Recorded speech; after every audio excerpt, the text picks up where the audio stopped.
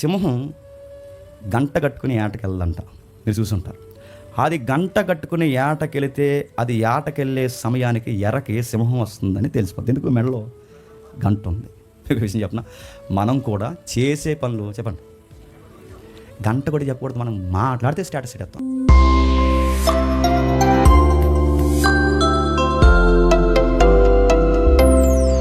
ఒక మాట నేను చెప్పనా, 23వ అధ్యాయంలో దావీదు దొరికేశాడు అనుకునే సమయానికి సౌలుకి దొరకకుండా ఆగిపోయాడు. అంటే దావీదు దొరికేస్తున్న టయానికి సౌలు ఓడిపోయాడు. ఒక మాట చెప్పాలంటే 23వ అధ్యాయంలో సౌలు గెలిచాడా, దావీదు గెలిచాడా?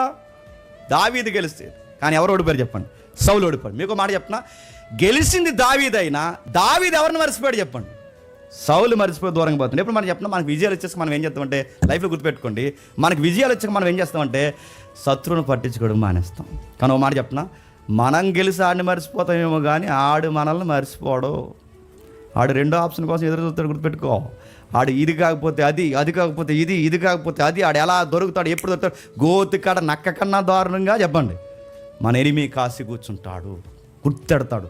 మన మూమెంట్స్, మన కామెంట్స్, ప్రతీది వాడు గమనించుకుంటాడు. ఎందుకంటే ఇప్పుడు ఓడిపోయిన కసిలో. అందుకే సౌలు వెళ్ళిపోవడం కాదు, మళ్ళీ రావడానికే వెళ్ళాడు, వచ్చాడు. ఆ వచ్చిన వాడు ఎప్పటివరకంటే దావీదును అంతమొందించేంత వరకు అవకాశాల కోసం ఎదురు చూస్తాడు. మీకు మాట చెప్పిన, మనకు శత్రువులు ఎప్పటివరకు ఉంటారు చెప్పిన?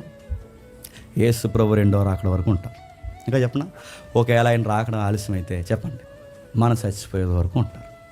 నాకెవరూ శత్రువులు లేరని నేను గాంధీ గారు మనవున్నానని చెప్పి, గాంధీ గారికి ఉన్నాడు గాడ్సే.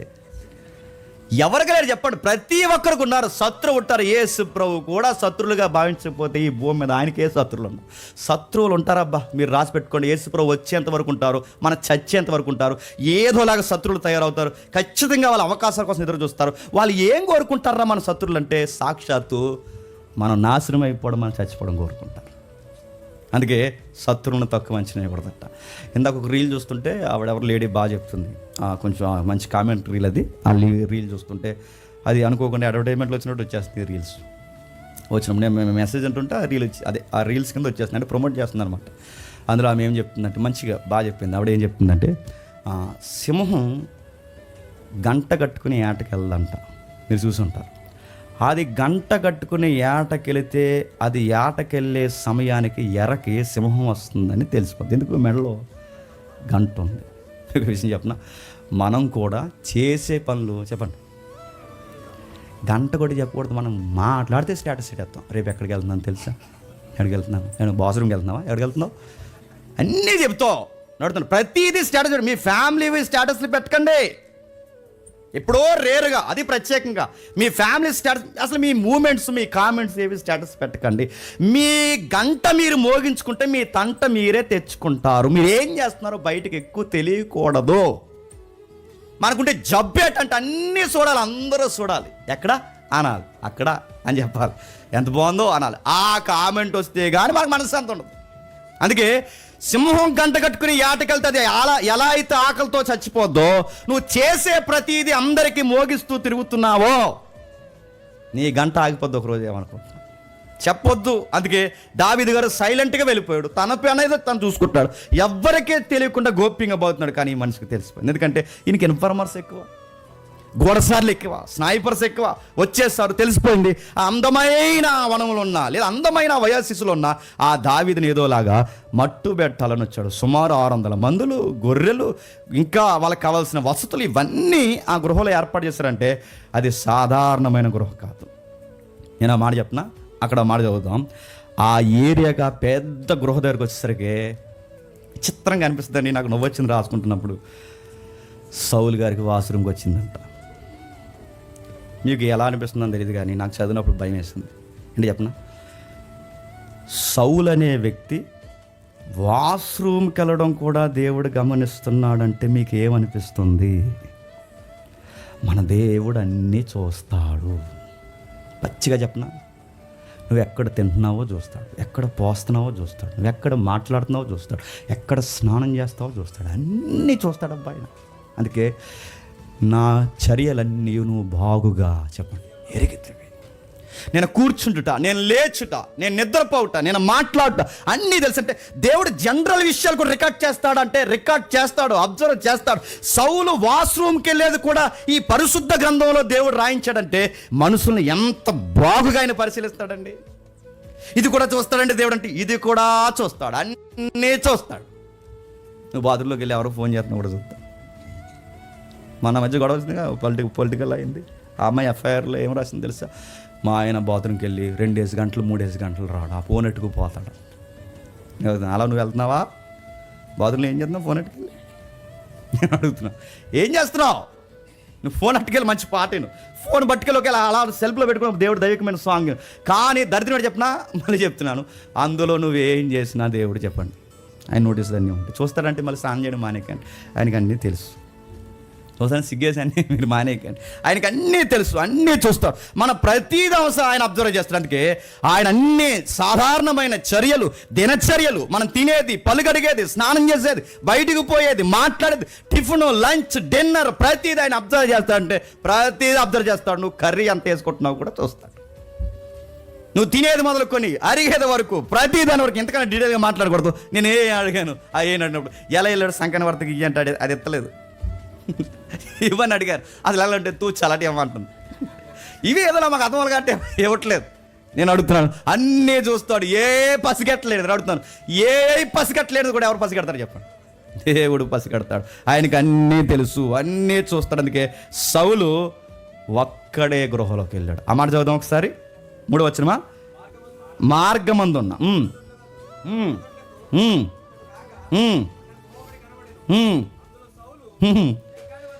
సంకాని వర్తకునికి పోగా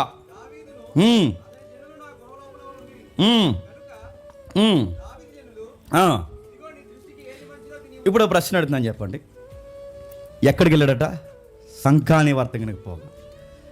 నేను అడుగుతున్నాను, నన్ను బైబిల్ చదువుకున్న కొత్తలో కొంతమంది అంటే మనకి కొన్ని గ్రాంధిక పదాలు, ఈ సాంస్క్రిట్, ఈ వర్డ్స్ మనకు కొంచెం కొత్త కనుక ఆ టైంలో కొంతమంది అడిగారు ఏమనంటే సంకాని వర్తకుని అంటే ఏంటి అని.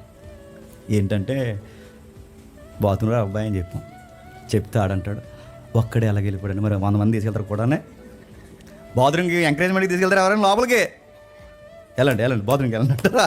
చిటికలు అంటారా? చెప్పండి. ఎలా స్నానం చేయండి అంటారా అని అడుగుతున్నాను. బాత్రూమ్ ఒకటి వెళ్తాడు, 10 మంది వెళ్తారా? ఎందుకు అలాంటి క్వశ్చన్స్ అడుగుతున్నారు చెప్పండి? వర్డ్స్ తెలియక, కాంటెక్స్ట్ తెలియక, వాటి మీనింగ్స్ ఏమున్నాయో తెలియక. అందుకే ప్రతీది బాగా దేవుడు రాయించాడు. ఆయన ఒక్కడే వెళ్ళాడు. ఒక్కడే ఎందుకు వెళ్ళాడంటే అది పర్సనల్ విషయం కనుక. నేను అనుకుంటున్నాను, అంకుల్ కూతురు జెసి బాబు ఫస్ట్ బాబు కదా, బాబు పుట్టినప్పుడు సురేష్కి నాకు చెప్తుంది అన్నమాట, మావు నాకు చాలా హ్యాపీగా ఉంది అంటుంది. అని అడిగాం. ఏమన్నా తెలుసు అప్పుడు? మా అబ్బాయి బాంబు ప్రశాంతంగా వేస్తాడు అంటే అదే దానికి అన్నాను. అసలు లోపల అరిగి అలా బాంబులు ఎటువంటి ఎంత కృపో తెలుసా అంతే. నిజంగా నేను చెప్తున్నాను, మనం తిన్నది అరగడం కూడా కృపే. కొంతమంది ఇంకా అన్ని డీటెయిల్గా చెప్పకూడదు. ఇంకా 2 రోజులు 3 రోజులు ఏటని అడగకండి. అది ఆరోగ్యానికి మంచిది కదరా అయ్యా. నీళ్ళన్నా తాగు, మజ్జిగైనా తాగు, చెప్పు. ఇంకా నన్ను అడగ ఇంక డీటెయిల్గా. నువ్వు కావాలంటే మెడికల్కి పోతే నీకు టెస్ట్లో ఒక టెస్ట్ చెప్పినా రోజు అది అడుగుతారు. తిన్నది ఎగ్జాక్ట్ వెళ్తున్నావా లేదా, ఇవన్నీ అడుగుతున్నాను. దేవుడి కృప ఏంటంటే మనం యూరిన్కి వెళ్ళడం కూడా దేవుని కృపే, మోసనికి వెళ్ళడం కూడా దేవుని కృపే, మన బ్లడ్ మంచిగా ఫ్లో అవడం కూడా దేవుని కృపే, మనకి చెమట పట్టడం దేవుని కృపే, మన బాడీలో ఏం జరిగినా దేవుని కృపే, మన తల, మన కండరాలు, మన ఎముకలు, మన సత్తువు, ప్రతిదీ ఎవరు చెప్పండి? దేవుని కృపే.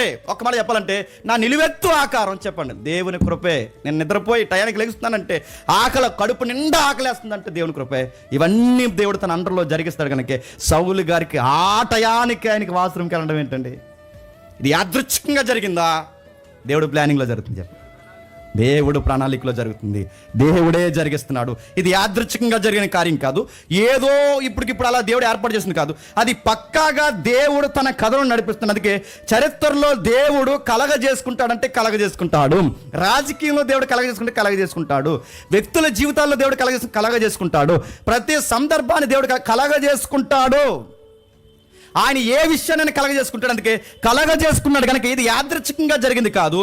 దావీదు ముందుకి సౌలుని తీసుకొస్తున్నాడు. ఇప్పుడు చెప్పనా, సౌలు గృహలోకి రావడం, సౌలు గృహలోకి వచ్చేసరికి లోపల 600 మంది ఉన్నారట. 600 మంది లోపల ఉంటే 600 మంది కూడా అందులో కనబడలేదు.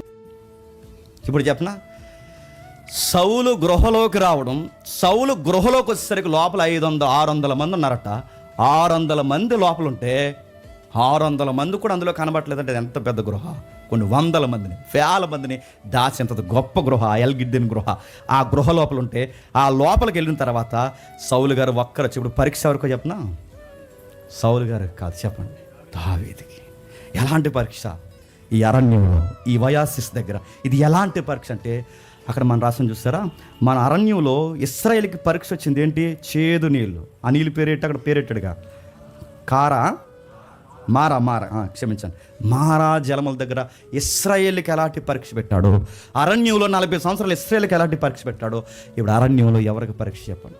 మన దేవుడు ఎలాంటి చెప్పినా, గొలియాతు దగ్గర దావీదుకి పరీక్ష, అభిషేకం జరుగుతున్నప్పుడు దావీదుకి పరీక్ష, పొగుడుతున్నప్పుడు దావీదుకి పరీక్ష, పరిగెడుతున్నప్పుడు దావీదుకి పరీక్ష, చివరికి ఇంత బాధలు పడి అరణ్యంలో ఇంత పరుగులు తీస్తున్నప్పుడు కూడా దావీదుకి పరీక్ష. మన దేవుడు ఎలా చెప్పిన, చచ్చిపోయే ముందు రోజు వరకు కూడా మన ఆత్మీయ జీవితానికి పరీక్ష. ఇంటికి వెళ్ళి చదవండి, దానియేలుని 17 ఏళ్ల వయసులో పరీక్షించాడు. ఎక్కడ? భోజనం బల దగ్గర. మన పాటలో రాస్తాం, అందులో కొటేషన్ కూడా రాస్తాం.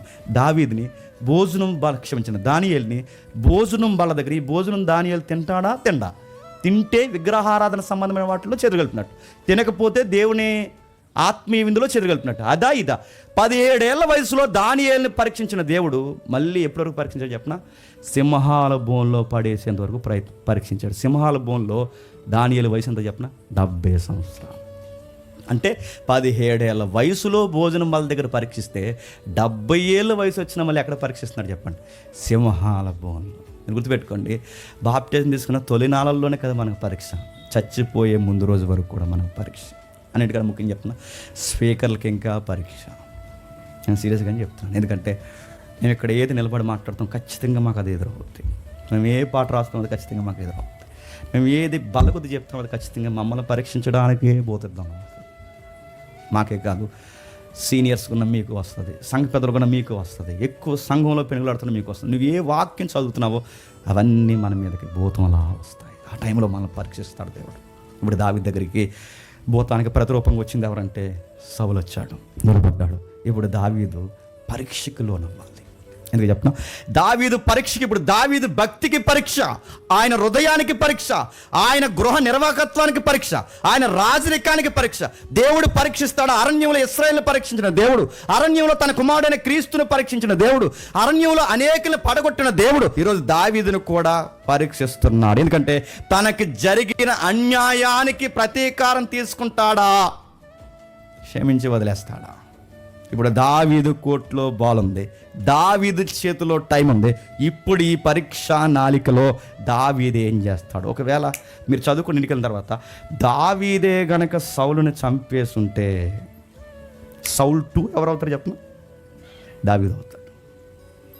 ఆ గృహ దగ్గర దావీదు సౌలుని చంపేస్తే సౌలు 2 దావీదు అవుతాడు. దేవుడు ఎలాంటి చెప్పిన మనకు వాగ్దానం ఇస్తాడు.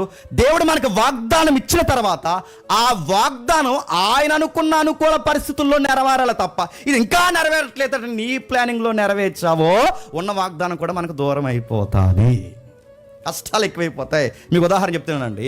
దేవుడు అబ్రహాముకి వాగ్దానం చేశాడు, ఏమని? నీకు బిడ్డలను ఇస్తాను, ఇసుకరేనంత విస్తారంగా, నక్షత్రాలంత విస్తారంగా నీకు బిడ్డలను ఇస్తానంటే ఈ లోపల ఇవిడ కంగారు వస్తుంది. ఎవరికి చెప్పండి? సరే, ఆయన ఇస్తానన్నాడు. ఆయన రెడీ, ఖండానికి నువ్వు రెడీ. చెప్పండి, ఎవరు రెడీగా లేరు? నేను రెడీ. ప్రాబ్లం ఆయనలో లేదు, ప్రాబ్లం నీలో లేదు, ప్రాబ్లం చెప్పండి నాలో ఉంది. కాబట్టి వాగ్దానం ఆలస్యం అయిపోతుంది. అది నువ్వేం చేస్తావంటే సంప్రదించాల్సిన సెల్ నెంబర్ ఆగరు అంది. ఏమైంది చెప్పండి? మఠాస్ ఆ వాగ్దానం అడుగుతున్నా ఏమైంది? లేని కొంపర తెచ్చిపెట్టింది, గొడవలు పెట్టింది, ఆయాసం పెట్టింది, ఇబ్బంది పెట్టింది.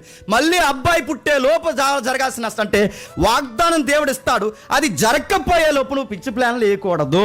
ఆలస్యమైన తగిన సమయం ముందు ఆయన చేస్తాడు. ఈ లోపు నువ్వు స్వనిర్ణయాలతో, సొంత నిర్ణయాలతో నీకు నచ్చింది చేసావో ఉన్న వాగ్దానాన్ని కూడా కోల్పోతావు, జరగాల్సింది కూడా కోల్పోతావు. ఆయన ఇవ్వాలనుకున్న వాటికి కూడా ఆయన గుప్పులు బిగించేస్తాడు, నీవు అనర్హుడిగా మారిపోతావు. అందుకే సౌలుని తీసుకొచ్చి దావీదు ముందు నిలబడినప్పుడు ఇప్పుడు దావీదుకి పరీక్ష. ఏం చేస్తాడు? ఆయన సేవకులు అంటున్నారట, దావీదు సేవకులు, ఓ మంచి మాట మాట్లాడుతున్నారు. ఏమంటున్నారు ఒకసారి చదువుదాం, త్వరగా ముగిద్దాం. దావీదు జనులు, అదిగో నీ దృష్టికి ఏది మంచిదో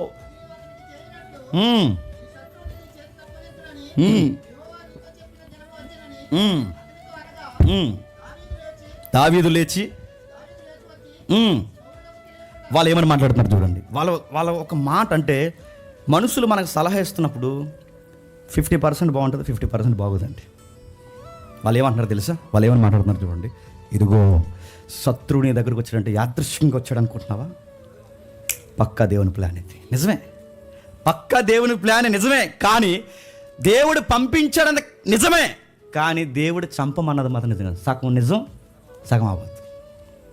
వాళ్ళు ఏమంటున్నారు చూడండి. మళ్ళీ వాగ్దానం జ్ఞాపకం చేస్తున్నారు. ఏమని?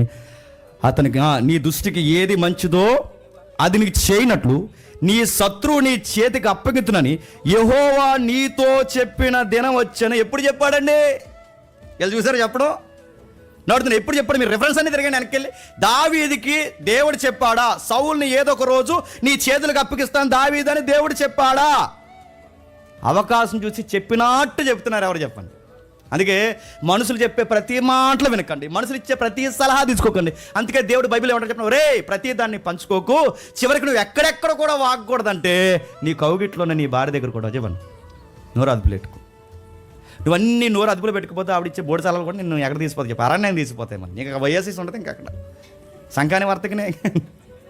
ప్రతిదానికి నడుతున్నాను. కొన్ని విషయాలు నువ్వు అదుపు చేయాలి. వాళ్ళు చెప్పినట్టు నిజమే కదా అనిపిస్తుంది. వాళ్ళు చెప్తున్న సలహా ఆ సిచ్యువేషన్ కరెక్ట్గా మనకి సింక్ అయినట్టు అనిపిస్తుంది. వాళ్ళు ఇస్తున్న సలహాలన్నీ మనకి ఓకే అనిపిస్తుంది, నిజమే కదా దేవుడు ఇచ్చిందే కదా అనిపిస్తుంది. వాళ్ళు కూడా అంటున్నారట యెహోవా నీతో చెప్పిన కదా. పండితులు అంచనేసి రెఫరెన్స్కి ఏమి వ్యాఖ్యానించారంటే, బహుశా సమూయేలు దగ్గర దేవుడు అభిషేకం చేసి, సమూయేలు ద్వారా దేవుడు అభిషేకం చేస్తారు కదా ఎవరికి? దావీదు గారికి. ఈ అభిషేకం చేసినప్పుడు దేవుడు అంటాడు అక్కడ ఏమనంటే, ఇదిగో నువ్వు నా ఎడల భక్తి కలిగి జీవిస్తే నీకు విరోధమైన ప్రతి దాన్ని నేను పడగొడతా, నిన్ను రాజుని చేస్తా. ఆ మాటల వీళ్ళు ఇక్కడ అప్లై చేస్తున్నారు. నీకు విరోధమైన దాన్ని ప్రతిదీ పడగొడతానంటే నీ చేత పడగొడతానంటే అక్కడ గొలియాతుని పడగొడతాడు, ఫిలిస్తీన్ని పడగొడతాడు, కానీ సౌలుని పడగొడతాను చెప్పాడా? అంటే సగం నిజము చెప్పండి, సగం అబద్ధం. ఇలాంటి సలహాలు ఇస్తున్నారు. ఈ టైంలో ఇప్పుడు దావీదు గారికి పరీక్ష. ఇప్పుడు ఎలా జరుగుతుంది? వాళ్ళు చెప్తున్నారు, ఇదిగో ఇంతకన్నా మంచి ఆప్షన్ ఎవరు ఇస్తారు చెప్పు? నీకు దేవుడే అవకాశం ఇచ్చాడు, నువ్వు రాజు అవ్వాలి, ఆయన ఇష్టం. నువ్వు రాజు అవ్వడానికి ఆగిపోవడానికి ఈయనకి కష్టం. అందుకే ఈ దేవుడు వాగ్దానానికి అడ్డొస్తున్నది ఎవరంటే సౌలు. ఆ అడ్డు తొలగించుకోవడానికి దేవుడు నీ చేతికే చెప్పండి కత్తిచ్చాడు. నేను అడుగుతున్నాను, వాగ్దానాలను నెరవేర్చుకోవడానికి దేవుడు మన చేతులకి కత్తులు ఆయుధాలు ఇస్తాడా? వాగ్దానాలు నెరవేర్చడానికి దేవుడు కత్తులు ఆయుధాలు సుత్తులు ఇతరులను బాధ పెట్టే రాయితీలు మనకి ఇస్తాడా? అలాంటివి చేయిస్తాడా?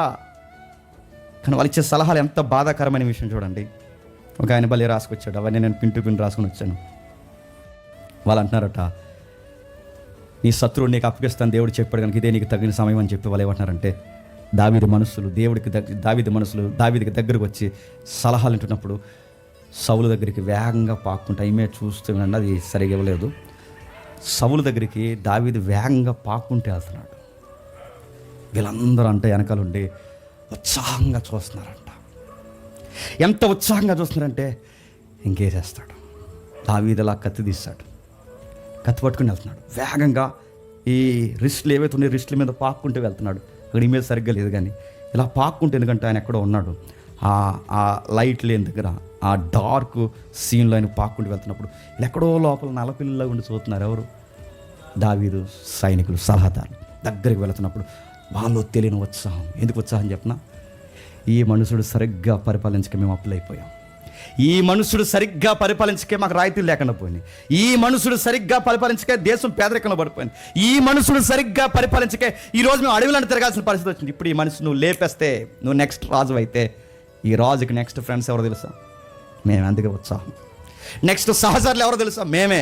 నెక్స్ట్ రాజుకి స్నేహితులు ఎవరో తెలుసా? మేమే. అందుకే మేము స్నేహితులు అవుతాం, సహచరులు అవుతాం, న్యాయాధిపతులు అవుతాం, ఇంకా చెప్పాలంటే ఆయన దగ్గర మేము మంత్రులు అవుతాం, ఆయనకి సలహాదారులు అవుతాం, ఆయన కుడిభుజాలు అవుతాం. అందుకే నువ్వు తగ్గొద్దు చెప్పండి, నువ్వు వేసేయ్ లేపాను. కానీ మనోడు చాలా వేగంగా పాక్కుంటూ వెళ్ళాడు, కత్తి తీశాడు, ఇలా తీశాడు. ఆ కత్తి సౌలు గొంతు మీదకి కాదు, ఆ కత్తి సౌలు ఎన్నుపొట్టుకి కాదు, ఆ కత్తి సౌలుని లేపడానికి కాదు, ఆ కత్తి సౌలు యొక్క వస్త్రం కోయడానికి. ఆ వస్త్రాన్ని కోసాడట. బహుశా కొంతమంది ఏమని రాసుకొచ్చారంటే, వస్త్రాన్ని కోసేంత సీక్రెట్గా ఎలా వెళ్ళుంటాడు, మనలాగే క్వశ్చన్లో ఉన్న వాళ్ళు కొంతమంది వ్యాఖ్యానాలు బాగా రాశారు. అంత దగ్గరికి వెళ్ళి ఉంటాడు అంటే బహుశా అది ఇప్పుడు డ్రెస్సులు అంటే మనకి ప్యాంటు సొక్కాలు ఉన్నాయి, వాళ్ళకి టాపుల్లో ఉంటాయి, ఆడవాళ్ళు టాపులు ఉంటాయి చూసారా, అదిగో లెగ్గిన్ చెప్పండి సున్ని అయ్యి ఆ వాష్రూమ్కి వెళ్తున్నప్పుడు ఆ టాప్ తీస్తారంట వాళ్ళు. ఆ టాప్ ఆ సున్ని ఉంది చూసారా, అది తీసి అక్కడ పక్కన పెట్టి అలా వస్తారు. ఇంకా నేను ఎంతకైనా డీటెయిల్గా మాట్లాడలేను. ఒకప్పుడు ఓపెన్ బాత్రూమ్లు ఉండేవి, గుర్తుందా లేదు, బయటికి వెళ్ళినప్పుడు నిక్కర్లు తలక తగిలించుకునేవారు తెలుసు. ఇంకెందుకంటే డీటెయిల్గా ఆడుకోవడం దూరంగా ఉంటారా చెయ్యి తెలియతుంది అనేవారు. మా పల్లెటూరు వాతావరణం చెప్తున్నా. అలాగే వాళ్ళు కూడా ఆ పై సున్నీలు ఆ పై టాప్ తీసి పక్కన పెట్టినప్పుడు ఆ టాప్ కట్ చేశారంటే ఎవరు? దావీదు గారు. అక్కడెక్కడో పెట్టుంటాడు ఆయన, కొంచెం దూరం వెళ్ళి ఉంటాడు. అక్కడికి వచ్చి దావీదు గారు కట్ చేసి వెళ్ళాడు. ఆ కట్ చేసినప్పుడు ఇప్పుడు మీరు చూడండి, శత్రువు సెంగుని కట్ చేసినందుకు చాలా బాధపడుతున్నారంటే ఎవరు? ఆ 5వ వచనం చదువుతాం ఒకసారి. సౌలు పై వస్త్రం తాను కోసినని చాలా బాధపడుతున్నారంటే ఎవరు? ఆ 5వ వచనం చదువుతాం ఒకసారి. సౌలు పై వస్త్రం తాను కోసినని దావీదు మనస్సునొచ్చి, అతడు యెహోవా చేత అభిషేకం నొందినవాడు కనుక నేను ఈ కార్యము చేయను. 5వ వచనంలోకి మంచి మాట, సౌలు పై వస్త్రం తాను కోసినని దావీదు మనస్సును నొచ్చి, తన మనస్సును నొచ్చుకుని నడుతున్నాను. శత్రువు సెంగును కోసినందుకు దావీదు ఏమవుతాడంట? బాధపడుతున్నాడు. దావీదుకి దేవుడు చెప్పాడు నువ్వు రాజు అని, దావీదుకి దేవుడు చెప్పాడు నెక్స్ట్ నువ్వు కింగ్ అని, దావీదుకి దేవుడు చెప్పాడు నువ్వే పరిపాలకుడు అని. ఇంత చెప్పిన ఇన్ని అవకాశాలు ఉన్నా ఆ అవకాశాలని అడ్డగోలుగా దావీదు ఉపయోగించాలనుకోవట్లేదు. ఏం చేస్తాడు తెలుసా? దావీదు తన జీవితాన్ని ఇప్పుడు ఎలా ఉద్ధరించుకోవాలో ఒక మంచి పరీక్ష సమయంలో ఉన్నాడు. దావీదుకు ఆ విషయం తెలుసు. సౌలుని నేను తీయకూడదు, చెప్పండి, దేవుడు తీయాలి. సౌలునే కాదు, నేను ఎవరి జీవితాలు లేకుండా పోవాలని నేను అనుకోకూడదు. ఆయన అనుకుంటే ఉంటారు, ఆయన తీసేయాలనుకుంటే తీసేస్తాడు. నా ఆటంకాలు, నా ఇరుకులు, విశాలతలు మార్చేవాడు ఆయన తప్ప నేను ఎవరి మీద ఇంటెన్షనల్గా హామ్ చేయకూడదు. అందుకే ఆయన గుర్తుంది, అవన్నీ జరిగిస్తున్నాడు. ఆయన బాధపడుతున్నాడట. నేను అడుగుతున్నాను, సౌలు వస్త్రం కోసినందుకు ఎందుకు బాధపడుతున్నాడంటే ఒక్క మాట చెప్పి నేను ముగిస్తాను. అది అభిషేకింపబడిన వస్త్రం, అది రాజులు వేసుకునే వస్త్రం. అది ఆ మనిషి యొక్క వృత్తి ఒకప్పుడు ఏంటంటే గాడిదలు కాసుకునేవాడు. ఆ మనిషి కింగ్ డ్రెస్ చేసి తిరుగుతున్నాడంటే ఆ డ్రెస్ ఇచ్చింది ఎవరు? నా దేవుడు. నా దేవుడు ఇచ్చిన డ్రెస్ని ఇప్పుడు నేను కట్ చేస్తున్నందుకు నా మనసు చాలా, చెప్పండి, బాధపడు. అంటే రాజవస్త్రాన్ని కట్ చేయడం అంటే అధికారాన్ని కట్ చేయడంతో లెక్క. దేవుడిచ్చిన వస్త్రాన్ని కట్ చేయడం అంటే దేవుడి అధికారాన్ని ధిక్కరించినట్టు లెక్క. అందుకే తనలో తాను మదన పడిపోతూ బహుశా నేనేమైనా దేవుడిచ్చిన అభిషేకానికి వ్యతిరేకంగా వెళ్తున్నానా, దేవుడిచ్చిన వస్త్రానికి నేనేమైనా వ్యతిరేకంగా వెళ్తున్నానా, ఆ మనసుని నేను బాధ పెడతానని వస్త్రం కోసినందుకు బాధపడుతున్నాడు. ఇక్కడ డిస్క్లైమర్ జాగ్రత్తగా వినండి. వస్త్రం కోసినందుకు ఎంత బాధపడితే మన మాటల చేత ఎంతమంది గొంతులు కోసినట్టు మాట్లాడతామండి మనం. వాళ్ళ శీలాలు తీసి మాట్లాడతాం, వాళ్ళ పలుకుబడి రోడ్డు మీదకి లాగా మాట్లాడతాం, వాళ్ళ గౌరవాన్ని రోడ్డుకి ఇచ్చి మాట్లాడతాం, వాళ్ళ మాటల చేత వాళ్ళని దెబ్బతీస్తాం, వాళ్ళ జీవితాలు మన మాటల చేత ఆ రోజుతో ఆగిపోయినట్టు చేస్తాం. ఆ మనిషి దేవుని చేత ఏర్పడబడిన వాడైతే నువ్వేమైపోతావు అని అడుగుతున్నాను. ఆ మనిషి దేవుడికి కావాల్సిన వాడైతే ఏమైపోతావు? ఒకవేళ నువ్వు అనుకున్న కృప ఆయనలో కనబడకపోతే నీకు ఇష్టం వచ్చినట్టు మాట్లాడేస్తావా? శీలం కోసం మాట్లాడుతావు, పలుకుబడి కోసం మాట్లాడుతావు, గౌరవం కోసం మాట్లాడుతావు, జీవితం మీద దెబ్బలు కొట్టేలా మాట్లాడుతావు. ఇంత మాట్లాడితే దావీదు వస్త్రం కోసినందుకు ఏమన్నాడంటే, దేవా నేనేం తప్పు చేస్తే నన్ను క్షమించు అన్నాడు. మరి నువ్వు విన్ని మాట్లాడినందుకు నువ్వు ఎన్నిసార్లు క్షమాపణ అడగాలి? ఎన్నిసార్లు అడగాలి చెప్పు? ఆ కుటుంబం మేము మాట్లాడతావు, ఈ కుటుంబం మాట్లాడతావు, వాడి కోసం మాట్లాడతావు, వీడి కోసం మాట్లాడతావు. తెల్లారితే సోషల్ మీడియాలో ఏదో ఒక ఒక్కరి కామెంట్లు పెడతావు. నీకు క్షమాపణ దొరుకుద్దా? కొంతమంది ఇంకా వాళ్ళకి అదుపు ఉండదండి. వాళ్ళ కామెంట్లు పెడుతున్నప్పుడు ఆ కామెంట్ చెప్తున్నా, ఇంట్లో నాడల మీద పెడతారు, సేవ మీద పెడతారు, లేదా ఆ వ్యక్తి మీద పెడతారా, ఆ వ్యక్తి బాడీ షేమింగ్ చేస్తారు. వీళ్ళ లెక్కలోకి రావనుకుంటున్నారా? వీడు ఎలా ఉన్నాడు చూడు, ముఖం వీడు అంటారు, వీడి ముఖం ఇలాగ ఎలా ఉందంటే చూడు, ఆ ముఖం అలా ఉండాలని కోరుకున్నది ఎవరు? దేవుడు. వాడికి పేర్లు ఎడతావు, వాడి గౌరవమే కొడతావు, వాడి దెబ్బలు కొడతావు, వాడి శీలాన్ని బయటికి లాగా మాట్లాడతావు. నడుతాను ఇన్న మాట్లాడితే నడుతున్నాను, దేవుడు ఊరుకుంటాడు అనుకుంటున్నావా? అభిషేకం పోయినోడనే ఏమీ చేయకూడదని ఎంత బాధపడుతుంటే ఆ మనిషికి అభిషేకం ఉందో లేదో, నీకు అభిషేకం అంటే మీరు ఇంకెక్కడికి వెళ్ళిపోకండి. ఆ మనిషి దేవుడు కోరుకున్న వ్యక్తితో కాదు. నీకు ఎలా డిక్లేర్ చేస్తావు? నీకు తెలుసా జస్టిస్? నీకు న్యాయం తెలుసా? నీ ఇష్టం వచ్చిన మాట్లాడేస్తావా? నీ ఇష్టం వచ్చిన జడ్జిమెంట్లు ఇచ్చేస్తావా? ఏమైపోతావు? అందుకే కృత నిబంధన యోధా గారు ఒక మంచి ఉదాహరణ మనకి ఎత్తి మాట్లాడు. ఒకసారి చూడండి, మన గుండె జల్లు మనది. ఒకసారి ఆ యోధా పత్రిక ఒకే ఒక అధ్యాయం 9-10 వచనాలు చదువుదాం. 9-10 వచనాలు. ఏ పెన్ను ఉంటే ఆ పెన్నుతో అండర్లైన్ చేయండి. అయితే ప్రధాన దూత అయిన మిఖాయేలు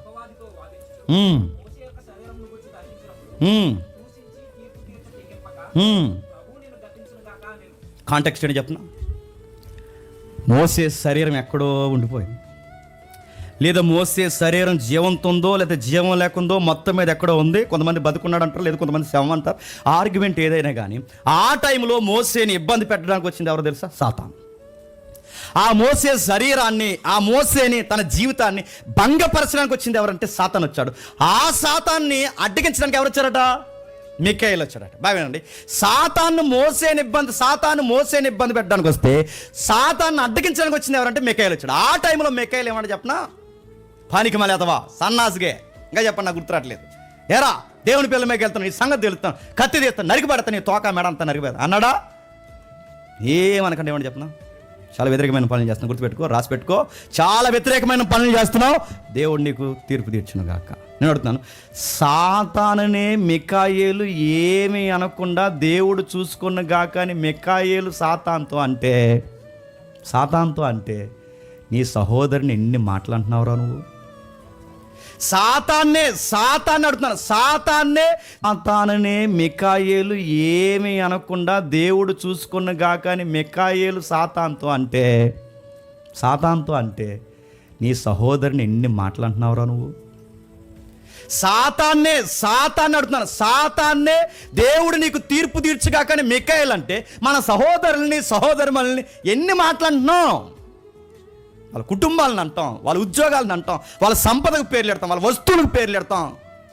బాగుపడతాం అనుకుంటున్నావా? అందుకే నా మెసేజ్లో చెప్పే మాట చెప్తున్నా, నువ్వు ఒకరిని రోడ్డు మీదకి లాగితే దేవుడు నిన్ను హైవే మీదకి లాగుతాడేమనుకుంటున్నావు? నువ్వు ఒకరి కుటుంబాల మీద నువ్వు నిందలేస్తే దేవుడు నీ కుటుంబం మీద నిప్పులేస్తాడేమనుకుంటున్నావో? నువ్వు ఎదుటోళ్ళ పిల్లలకు పేర్లు పెడితే దేవుడు నీ పిల్లలకు పేర్లు పెడతాడేమనుకుంటున్నావో? ఇంకా చెప్తున్నాడు, మీరు రాసుకోండి. ఎదుటోళ్ళు సంసారాలకు పేర్లు పెడితే నీ సంసారాన్ని దేవుడు చెతగొడతాడేమనుకుంటున్నావు? అందుకే మనం ఏమి విత్తుతామో చెప్పండి, అవే కోస్తాం. అందుకే సాతాన్ని మిఖాయేలు అంటలేదు, సౌలుని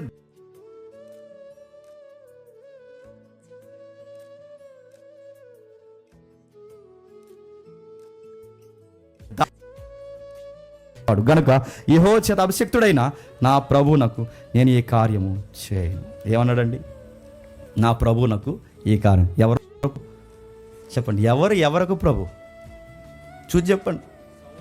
సౌలు గారు దావీదు గారికి ప్రభు. నేను అడుగుతున్నాను, ఎంత బాధపడినా ఇంకా ప్రభు అంటాం మనం అయితే? చెప్పండి, నా ప్రభు, నన్ను తరమకు ప్రభు అంటామా? ఈ ప్రభు ఎలా వచ్చారంటామా? బాణమేకు ప్రభు అంటామా? కొట్టకు ప్రభు అంటామా? ఎన్ని తిడతా ఉండండి. ఆడు సారైనా తిడతాం మనం. కొంతమంది ఆఫీసర్ల దగ్గర పనిచేసే సార్లను ఎంత దారుణంగా తిడతారో తెలుసా? వెళ్ళి పొద్దున్న ఇలా గుడ్ మార్నింగ్ సార్ అంటారా? వెళ్ళిన సన్న సార్ ఎంత అన్నీ నాకే చెప్తాడు పనికి మన తెలుసా? ఎంతమందిని చూశాను నేను. పోతే బాగుంది, యాక్సిడెంట్ అయిపోతుంది, సెలవమంటే ఎడుతాడు సార్ అంటాడు. ఎంతమందిని తిట్టుకుంటారు. ప్రతి దానికి నడుతున్నాను. ఎంత బాధ పెట్టినా ఆయన కూడా ఆయనకి ఇవ్వాల్సిన. దావీదు ఒకటి గుర్తుపెట్టుకోండి, దావీదు ఊరకే రాజు అయిపోలేదండి. దావీదు చేతికి ఊరకే దేవుడు అధికారం. దేవుడు ఎవరిని ఊరకే ఆస్వాదించాడండి. ఈ మోరల్స్ కావాలి ఆయనకి. ఆయన ఇచ్చిన కృపలో ఆ విలువలు ఆయనకి కావాలి, అది కాపాడుకోవడం కావాలి, ఆ సత్క్రియలు ఆయనకి కావాలి. ఆ విశ్వాసంతో కృపతో రక్షింపబడిన నీవు క్రియాశీలకంగా ఆయనకి కావాలి. దావీదట అంటున్నాడు 7వ వచనంలో, నేను చంపను అని తన జనులతో చెప్పాను. ఈ మాటలు చెప్పి దావీదు తన జనులను అడ్డగించి సౌలు మీదకి పోనీక వారిని ఆపిన. ఇప్పుడు చెప్పండి, నేను వెళ్ళను, ఎవడన్నా వెళ్తే చెప్పండి, నేను ఆపండి నేను చెప్తున్నా. మనమైతే ఏం చేద్దాం చెప్పిన, ఒరే నేనైతే ఏం చేయలేను ఇంక మరి చెప్పండి, నైస్గా మీరే కొంతమంది తెలివిగా వాళ్ళు చేయరు కానీ చెప్పండి చేయిస్తారు.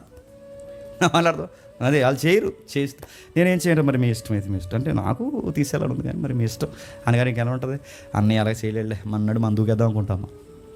అందుకే ఆ దావీదు గారు చెప్తున్నారు, ఎవరు చేయొద్దు, చేయడానికి వీలు లేదు. తర్వాత సౌలు తర్వాత చదవండి ఈ మాట చెప్పి దావీదు తన జనులను అడ్డగించి సౌలు మీదకి పోనీక వారిని ఆపాను. తర్వాత సౌలు లేచి గృహలో నుండి బయటికి వెళ్ళిపోయి. ఎంత మంచి అవకాశాన్ని దావీదు ఏం చేశాడు చెప్పండి, వదిలేశాడు. ఈ రాత్రి నేను ముగిస్తున్నాను.